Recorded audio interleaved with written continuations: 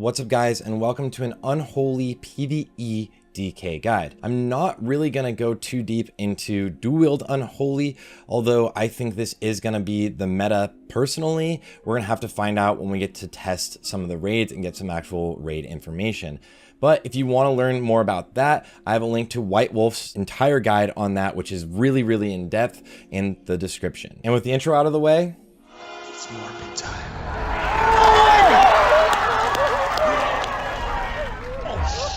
first of all, you might be asking yourself, why play Unholy DK? They're gonna see a lot of usages in raid, and it has incredible AoE sustain damage. It also has really strong single target DPS and this incredible uniqueness to min-max with your snapshotting for your gargoyle, which can be huge on your damage on single target fights and just throughout entire raids. Now, the first thing you're going to want to know realistically is that you're always going to want to be tracking your dots on a mob or a target and be tracking your own procs as well. These are going to be huge for later on. So you're going to want weak auras for this. I will be releasing and designing weak auras specifically for this as soon as the beta allows us to have weak auras, but you need to always be tracking your dots. Now I'm going to show you three main specs for Unholy. The first one is going to be a leveling spec, followed by an early game spec you're going to use in raids, and then a late game, well, not even really late game. By the end of Nax, or as you get more Nax gear, you're going to swap over and then utilize the other spec. Now for this leveling spec, there's a few things you're going to want to notice.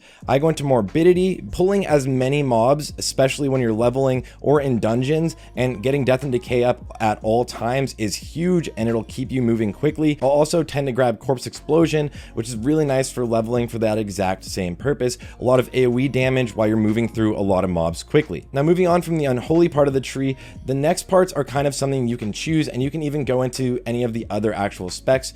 If you're going into the blood spec or the usual frost spec, then it's whatever you prefer. One thing that's really nice while leveling is butchery, where you get some runic power every time you kill an enemy. And also something that's really huge for these big pulls and moving quickly is having black ice, where your frost and shadow damage also do 10% extra damage. So these are things you can choose yourself. But moving on straight into the early game spec you're going to use for actual raiding. So before you get most of your gear from Naxxramas, before you swap over, you're usually going to run this blood subset spec, where you can see we also do make sure to grab Unholy Blight, something you're not really grabbing while leveling because most of the mobs die too soon for this to actually add up. This means your death coil is adding another dot for you, and you are going to keep it up at basically all times. And then we're going to go into the blood tree, which is really nice for extra attack power and extra physical damage from your two-handed weapon, as well as a little bit of extra crit for all of your spells and abilities. Then moving into late game and beyond, you're usually going to use the frost subset spec, which will actually give you yourself extra attack speed and extra strength. This is a really nice spec for late game. Then looking at the glyphs you're going to run, there's actually 4 glyphs that are important to you, and you can change them when you are doing different things, if you're fighting too many mobs, or if you're moving quickly, or if you're focused on single target. The glyphs that are important are Glyph of Icy Touch, Glyph of Dark Death, Glyph of the Ghoul, and then of course Glyph of Death and Decay. Now Death and Decay is very powerful for a lot of AoE situations, so a lot of times you might want to carry multiple glyphs in your actual inventory so you can switch between whatever you're doing. If you're speed running, I think Glyph of Death and Decay is going to be extremely powerful late game, so just make sure to look into that. Then for your minor glyphs, we have of course Glyph of Pestilence, Horn of Winter, and Raised Dead. Now for your stat priority. First thing, like any other physical DPS class, you're going to want to make sure you have hit. Hit is your most important stat.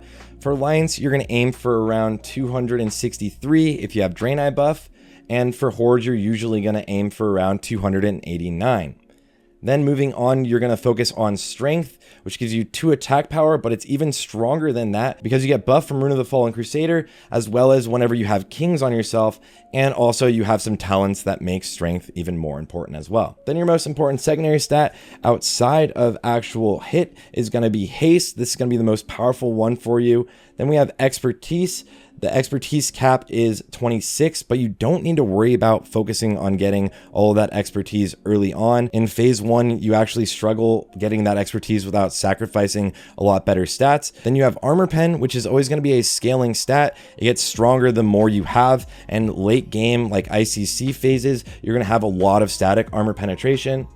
Then you look at crit, agility, and attack power itself. And like I mentioned before, the rune you're going to use is Rune of the Fallen Crusader. As for our gems, we have the Relentless Earth Siege Diamond for our meta gem, Bold Scarlet Ruby, the Strength gem for most of our gems. To activate your meta gem, you're going to use Enchanted Tear or Nightmare Tear. And then if you need hit, you'll go with the Rigid Autumn's Glow. But if you do see some set bonuses that are really powerful, then you can use the Fierce Monarch's Topaz to activate those. In the background, you can kind of see a BiS list for Unholy Phase 1. You're going to be looking to try to get Betrayer of Humanity. Also, your early game going to grab Dark Moon card Greatness. Meteorite Whetstone is going to be very easy for you to grab. And then also make sure to get your 4-set bonus, and the sigil you use is Sigil of Awareness. Now for your rotation, I'm going to give you general ideas first, and then we're going to go into exact rotation on openers. But the most important rules are making sure you always have diseases up on every target you're DPSing. If there are multiple targets, make sure you have Death and Decay off cooldown.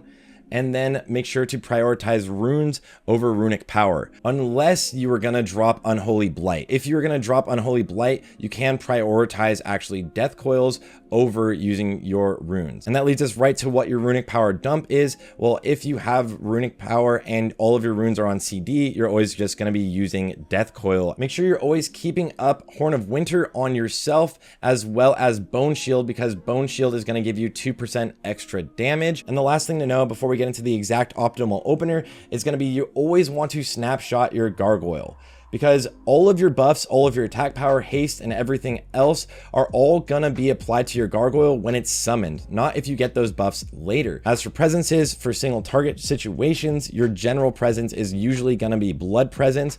Unholy is really good for moving through dungeons as well as leveling out in the open world. And also that'll change with our opener as I talk about that right now. Okay, so what is an ideal opener?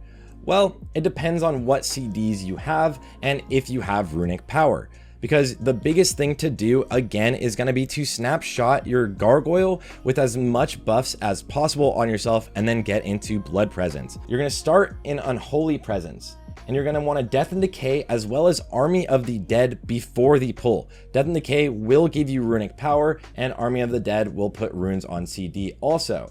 Then you're also going to want a Horn of Winter right before you pull, and generally Haste Pot if you're in a raiding situation. As you're running in, make sure you send your pet to attack as well as Icy Touch into Plague Strike to get both of your diseases rolling on the target. Icy Touch should be used first because you can use it at range. Then you're going to want a Scourge Strike followed by a Blood Strike.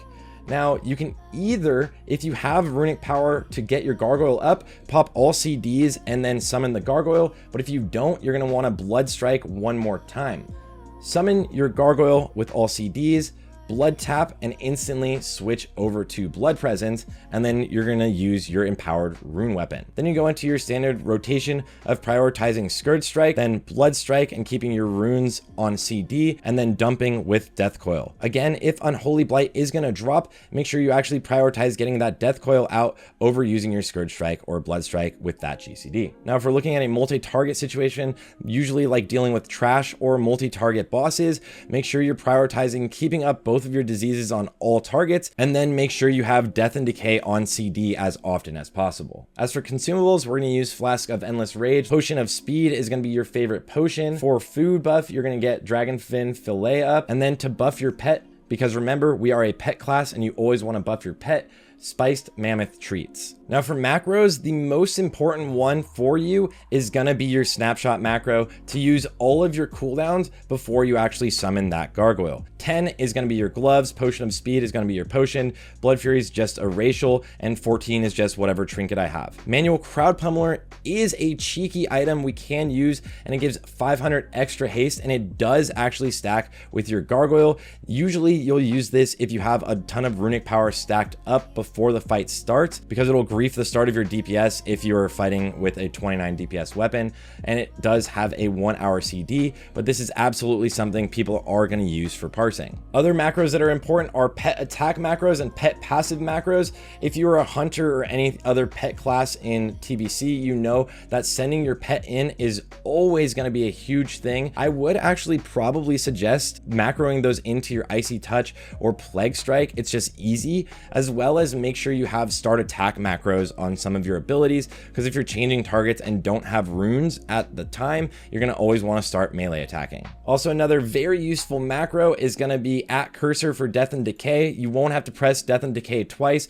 You can just press this once and it'll instantly summon D&D wherever your cursor is. And lastly, you might want some mouse over macros to help when you're interrupting things or death gripping, or even if you wanted to keep up death coil dots on multiple targets during a fight, this could be really useful to have a mouse over macro for that. And that's it, guys. That is a full guide for Unholy Death Knight in Wrath of the Lich King. Lastly, if you're looking for help while leveling, of course, make sure to grab the Rested XP guide. It is very useful for leveling, or if you want to go off just questy, that is nice as well. Lastly, remember that practice makes perfect. The only thing that's a little bit complicated realistically is getting an ideal opener, but when you're in sustained fights, it's pretty simple. Just keep your dots up and use your runes over runic power, as well as AoE fights. Get your dots on every mob and then prioritize death and decay. Anyways, guys, thanks for watching. Make sure to subscribe if you want to see me talk about any other classes for Wrath of the Lich King, and I will see you all